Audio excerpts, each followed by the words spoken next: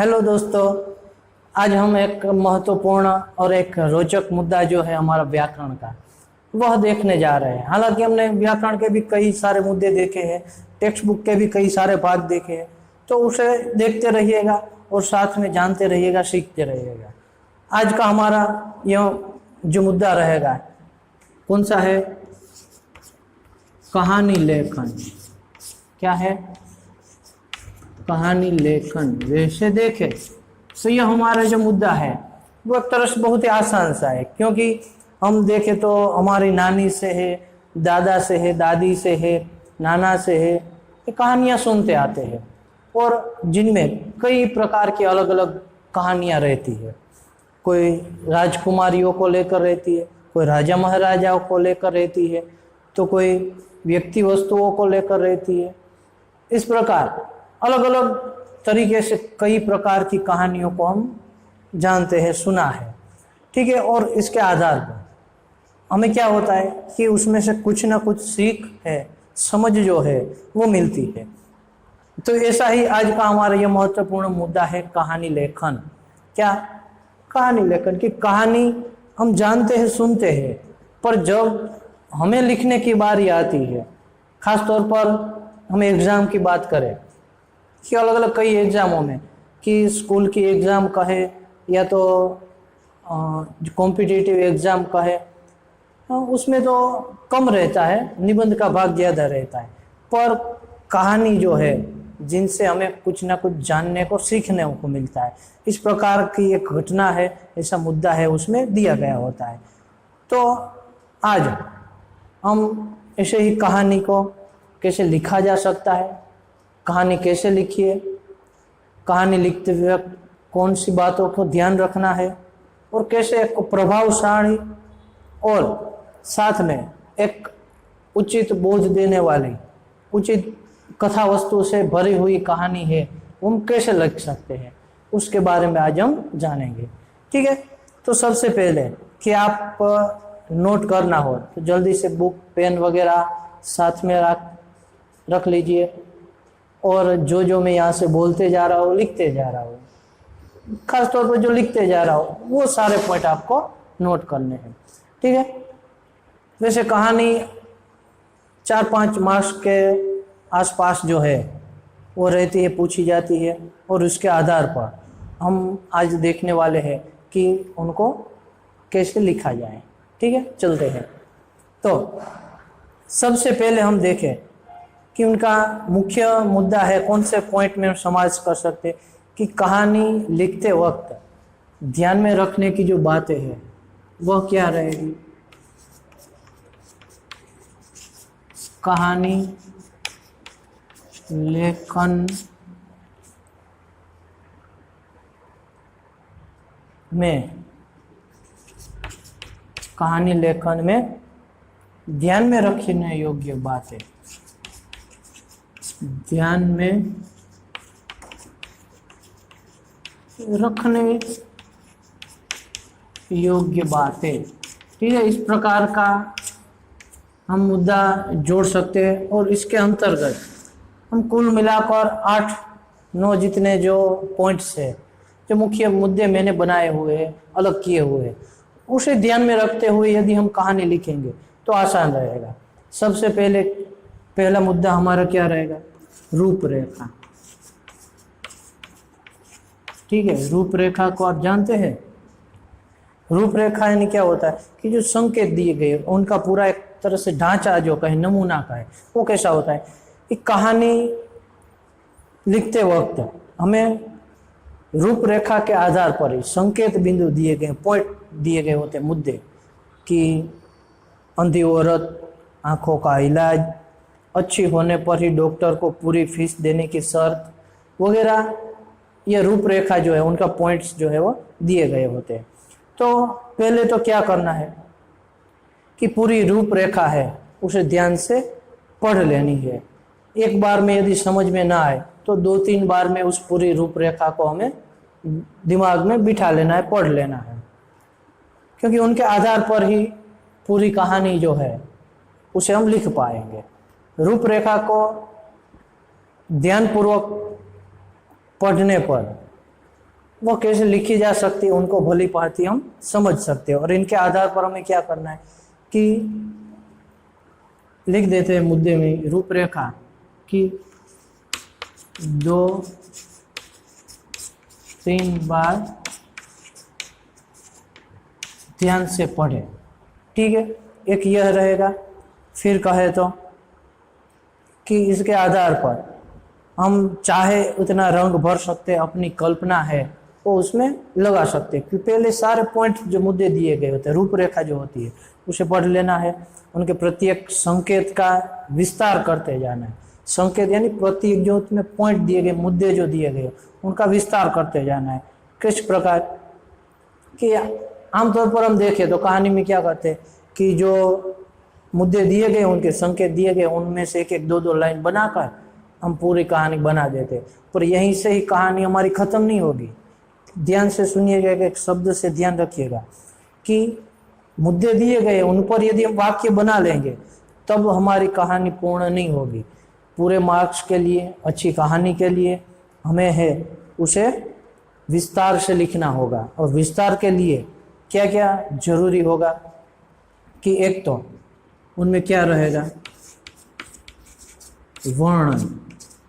कहानी में वर्णन किस प्रकार करना है कि स्थान, पात्र आदि के साथ वर्णन में क्या क्या होना चाहिए। स्थान का उल्लेख करना है हमें, या तो घटना हो तो घटना, या तो मुख्य पात्र हो तो उन सभी पात्र है, या तो दृश्य का वर्णन।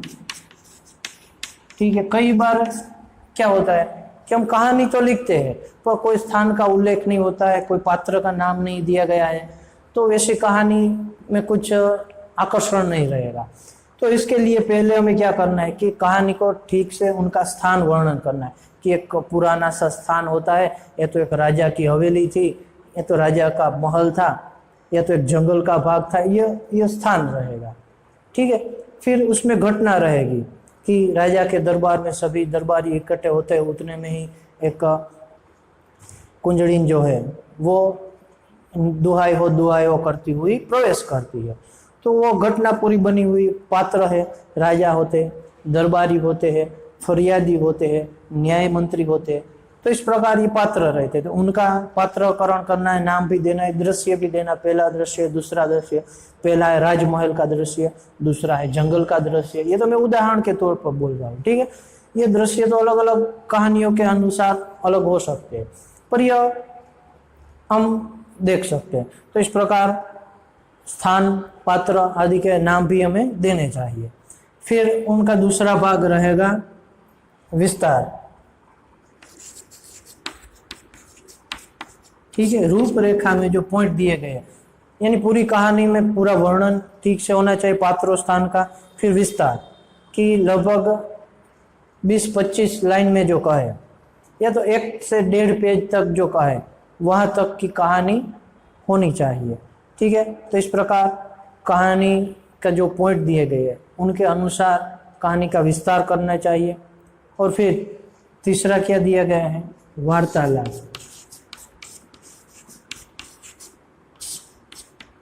ठीक है, वार्तालाप यानी क्या होगा, संवाद। एक तरह से कहे तो संवाद, जो बातचीत करते हैं। यानी कहानी में जो हमने पात्र रखे हैं कि राजा दरबारियों से कहता हुआ, तो राजा फिर उनका कहा हुआ वाक्य, फिर दरबारी उनका कहा हुआ वाक्य, तो दोनों के बीच जो बातें होती है उसे वार्तालाप, संवाद कहा जाता है। वो कैसे होने चाहिए, स्वाभाविक कैसे होने चाहिए, स्वाभाविक, फिर छोटे और स्पष्ट। कि स्वाभाविक रूप से जो बोलते हैं वैसी भाषा में, छोटे छोटे वाक्यों में उनका वार्तालाप होना चाहिए। और साथ में स्पष्ट भी, जो हम कहना चाहते, कहानी में बताना चाहते, वो स्पष्ट रूप से उनका अर्थ भी निकलना चाहिए। तो इस प्रकार ये वार्तालाप होना चाहिए। यह क्या है, एक हमारा पहला ये जो भाग का है रूपरेखा। तो इनमें इतनी बातें हमें ध्यान में रखनी कि रूपरेखा जो दी गई उनसे पहले पढ़ लेना है, फिर सब जो उसमें लिखते हैं उनमें सभी इस प्रकार की घटना हो, पात्र हो, स्थान हो, उनका उल्लेख करना है, वर्णन करना है। फिर उस कथा वस्तु का पूरी तरह से विस्तार करना है। विस्तार यानी कि लंबी बनाए, नहीं कि एक दो पैराग्राफ में, ये तो 8-10 पंक्तियों में ही हमारी कहानी खत्म हो जाए, ऐसा नहीं करना है। प्रत्येक जो मुद्दे दिए उन्हें ध्यान में रखते हुए उनको विस्तार से लिखते जाना है। फिर उनमें वार्तालाप, संवाद भी जोड़ना है कि जो बातचीत हो रही है उस बातचीत को भी स्वाभाविक रूप से, छोटे और स्पष्ट रूप से है वो जोड़ते जाना है। ठीक है, तो इस प्रकार यह दूसरा भाग रहेगा। ठीक है, पहला भाग था हमारा। अब दूसरा भाग जो है, दूसरा मुख्य पॉइंट देखें तो उसमें क्या है कि कहानी को भूतकाल में लिखनी चाहिए। क्या मुख्य मुद्दा है? कहानी भूतकाल में लिखनी चाहिए। ठीक है, कि क्योंकि बनी हुई घटना या तो बना हुआ जो प्रसंग है उससे हमें वर्णन करना है, तो इसके कारण कहानी हो कैसे होनी चाहिए? यह भूतकाल में लिखी होनी चाहिए। पर एक बात और जाने तो इसमें कि हम वहाँ पात्रों के बीच जो बातचीत हो रही है वो वर्तमान में और भविष्य काल में भी हम लिख सकते कि पात्रों के बीच कि राजा दरबारियों से कि तुम जाओ और उसे ले आओ, तो वर्तमान की भविष्य की बात भी होगी। वो जा रहा है तो वर्तमान हुआ, वो आने वाला है तो भविष्य हुआ। ऐसी बात को भी हम पात्रों के सहारे है संवाद में जोड़ सकते हैं। तो यह क्या हुआ कि पात्रों के संवाद में हम वर्तमान भविष्य काल का प्रयोग कर सकते हैं, पर मूल रूप से कहानी जो है वह भूतकाल में होनी चाहिए। तो यह दूसरा हमारा एक पॉइंट कह सकते हैं। फिर तीसरे पॉइंट की बात करें तो कि संकेत बिंदु है, संकेतों को, संकेत यानी क्या होगा? जो मुद्दे दिए गए संकेत को क्रमशः यानी एक के बाद एक क्रम में जो पॉइंट दिए गए होते कि अंधी औरत, आंखों का इलाज, तो यह जो सारे पॉइंट है उनको क्रमशः लिखना चाहिए। क्रमशः विस्तार करना, ऐसा मैं जोड़ देता हूँ कि क्रमशः विस्तार करना चाहिए। उनको उलट पुलटना नहीं चाहिए कि बीच का मुद्दा है हमने पहले ले लिया, पहले का मुद्दा है फिर जाने दे रहे, ऐसा नहीं होना चाहिए। क्योंकि वो कहानी है वो क्रम में दी गई होती है, उनके क्रम को है वो वहाँ रखा गया होता है। तो उसी क्रम को ध्यान में रखते हुए हमें उनका विस्तार करते जाना प्रत्येक मुद्दों का, और फिर जाके हमें आगे बढ़ना है। ठीक है, इसलिए संकेत का क्रमशः विस्तार। फिर चौथा देखें तो क्या कह सकते हैं कि परिच्छेदों में विभाजन।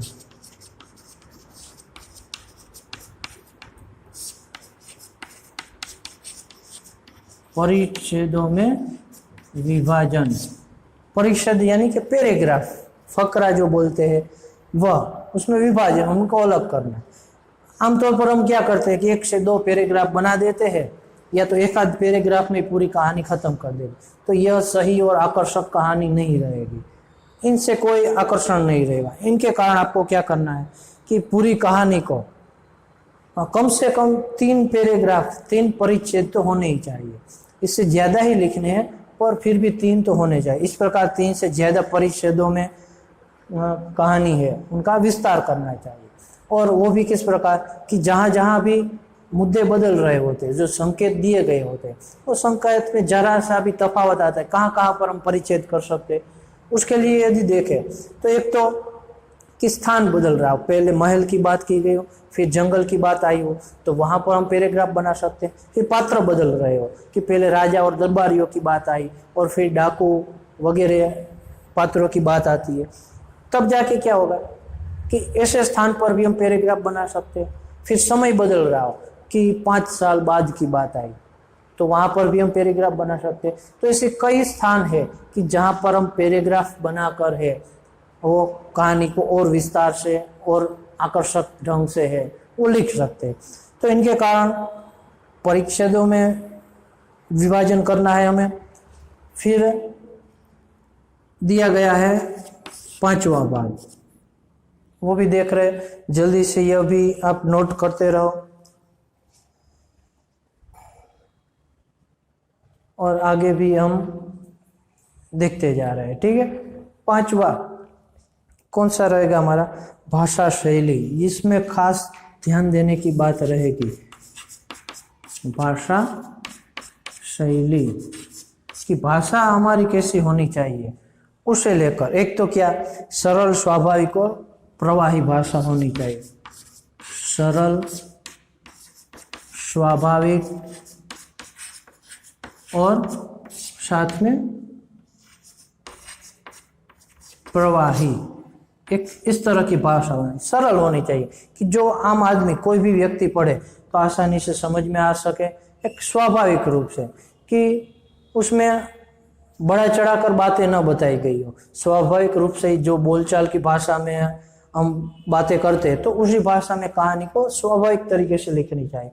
और प्रवाही, प्रवाही यानी कि जो कहानी हम आगे आगे बढ़ाते जाते, लिखते जाते, तो उसी अनुसार है वो व्यक्ति है उसमें जुड़ा रहे, पढ़ने की इच्छा हो, इस तरह प्रवाहमय, कि मानो एक तरह से समय है आगे बढ़ता जा रहा है, प्रवाह में बहता जा रहा है, तो उस प्रवाह में कहानी होनी चाहिए। यह उनका एक का मुद्दा हुआ, बात हुआ। फिर उसी के अंदर यह एक लिखावट की शैली से, उनके गुण की मात्रा में कहेगा। अब उनके व्याकरण की दृष्टि से देखें तो भी क्या होना चाहिए कि भाषा जो है वो शुद्ध होनी चाहिए। शुद्ध यानी किस मायने में मैं बोल रहा हूँ? एक तो वर्तनी है, जो जोड़नी बोलते, वर्तनी बोलते, ह्रस्व दीर्घ वगैरह जो होता है, उस वर्तनी की दृष्टि से शुद्ध होनी चाहिए। इसके अलावा विराम चिन्हों का, विराम चिन्ह, विराम चिन्हों का उचित प्रयोग भी हमें करना है। ठीक है, इसके अलावा मुहावरे भी हम उसमें लिखते जाएंगे और साथ साथ कहावत भी जो है उनका भी प्रयोग करना है, अच्छी कहानी बनाने के लिए, कहानी को प्रभावशाली बनाने के लिए। किन किन बातों का भाषा में ध्यान में रखना है? एक तो उनकी वर्तनी, फिर विराम चिन्ह की जो अल्प विराम है, पूर्ण विराम है, विस्मय आदि सूचक चिन्ह, प्रश्नार्थ चिन्ह है, जो यह सारे चिन्ह है उनका सही सही पर ठीक जगह पर है वह प्रयोग करना है। ठीक है, तो इस प्रकार विराम चिन्ह का प्रयोग, फिर मुहावरे, कहावत भी, कि जहाँ जहाँ जरूरत लगे, क्योंकि भाषा तो प्रभावशाली बनेगी। यदि एक ही प्रकार के शब्दों का हम प्रयोग करेंगे तो थोड़ा है वह बोरिंग सा हो जाएगा, कठिन लगेगा, पढ़ने की भी इच्छा न होगी। जिनके कारण है मुहावरेदार कहावतों का प्रयोग करते हुए भाषा को ध्यान में रखकर हमें कहानी लिखनी होती है, एक आकर्षक कहानी बनानी है इनके माध्यम से। ठीक है, फिर जो बात है, छठा मुद्दा हम देखें तो आरंभ और अंत। आरंभ और अंत जो है वो कैसा होना चाहिए? एक तो संक्षिप्त होना चाहिए, संक्षिप्त, फिर रोचक होना चाहिए, और इसके अलावा कहे तो भावपूर्ण। ठीक है, कि आरंभ कहे तो कहानी का आरंभ है वो संक्षिप्त सा, आरंभ और अंत दोनों के बाद संक्षिप्त, यानी कि बहुत ही छोटा सा, एक आध छोटे से पैराग्राफ में कहानी का आरंभ और अंत है वो करना चाहिए।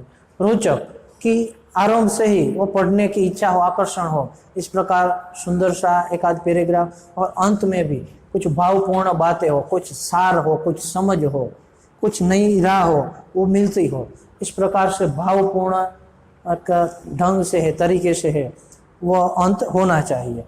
तो इस तरह आरंभ और अंत में भी संक्षिप्त हो, रोचक हो, भावपूर्ण हो, यह बात का हमें ध्यान रखना है।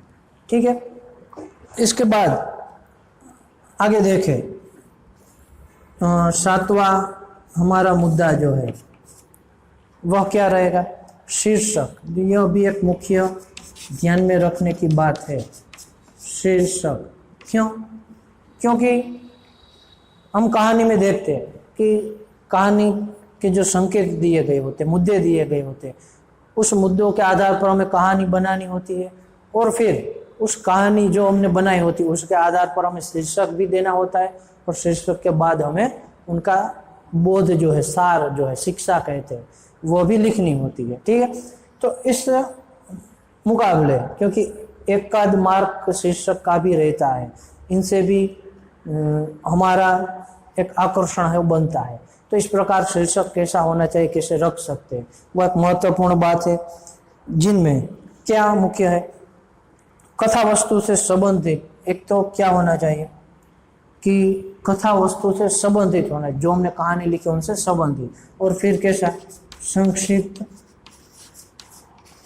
संक्षिप्त शीर्षक होना चाहिए। इसके अलावा आकर्षक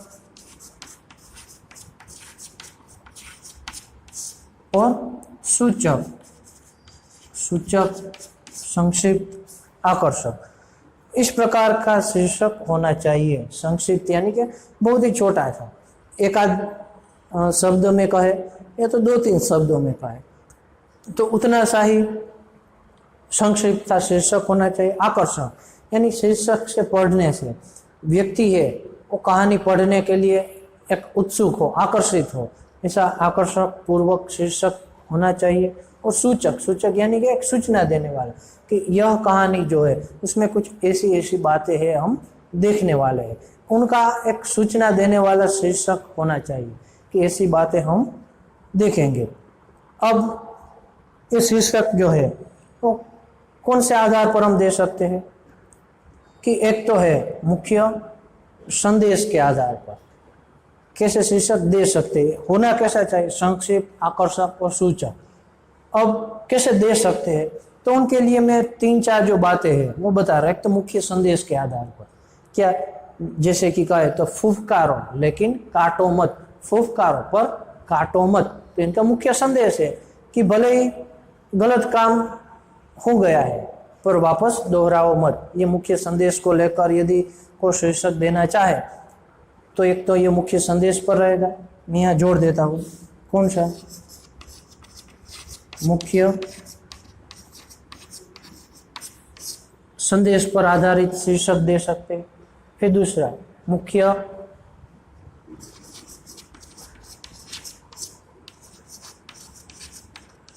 प्रसंग या पात्र। मुख्य शीर्षक जो है संदेश को लेकर, प्रसंग या तो पात्र को लेकर दे सकते हैं कि मुख्य प्रसंग आया हुआ हो कि लालच का फल, ये तो सच्ची माँ, या तो महात्मा गांधी, होते हैं ना ऐसे भी शीर्षक। तो इस तरह पात्र को लेकर, प्रसंग को लेकर है हम शीर्षक दे सकते हैं। ठीक है, इसके बाद देखें तो कहानी की रूपरेखा के किसी सूचक संकेत को भी, एक सूचक संकेत जो दिया गया है उसके आधार पर भी हम शीर्षक दे सकते हैं कि मुख्य घटना आई हुई हो, मुख्य पात्र हो, या तो मुख्य संदेश जो हो, उन सभी के आधार पर जो है हम शीर्षक दे सकते हैं। जैसे महात्मा का न्याय, कि कोई एक घटना उसमें मुख्य आती है जो उसके आधार पर ही पूरी कहानी है वो चलती है, तो यह मुख्य जो एक संकेत है उसके आधार पर भी हम शीर्षक दे सकते हैं। ठीक है, तो यह 7वां मुद्दा, और इसके बाद अंतिम शायद रहेगा हमारा ये 8वां, बोध, सीख को लेकर, क्योंकि हर एक कहानी में बोध और सीख भी हमें देनी होती है। तो यह बोध कहे या तो सीख कहे, ठीक है, वह अब कैसी होनी चाहिए उसके लिए कि कहानी पूरी होने के बाद अलग परिच्छेद में, अलग परिच्छेद करना है उसे, एक अलग लास्ट में परिच्छेद बनाकर छोटा सा 1-2 वाक्य को लेकर ही जो बोध है वह लिखना चाहिए, बोध भी देना चाहिए। कैसे कि जो मुख्य सार है वो बोध जो निकल रहा है, हमने पूरी कहानी लिखी, उनको 1-2 वाक्यों में ही हमें बोध है वो देना होता है। यह तो एक छोटा सा अंत का पैराग्राफ 2-3 वाक्यों को लेकर, तो वह रहेगा हमारा बोध।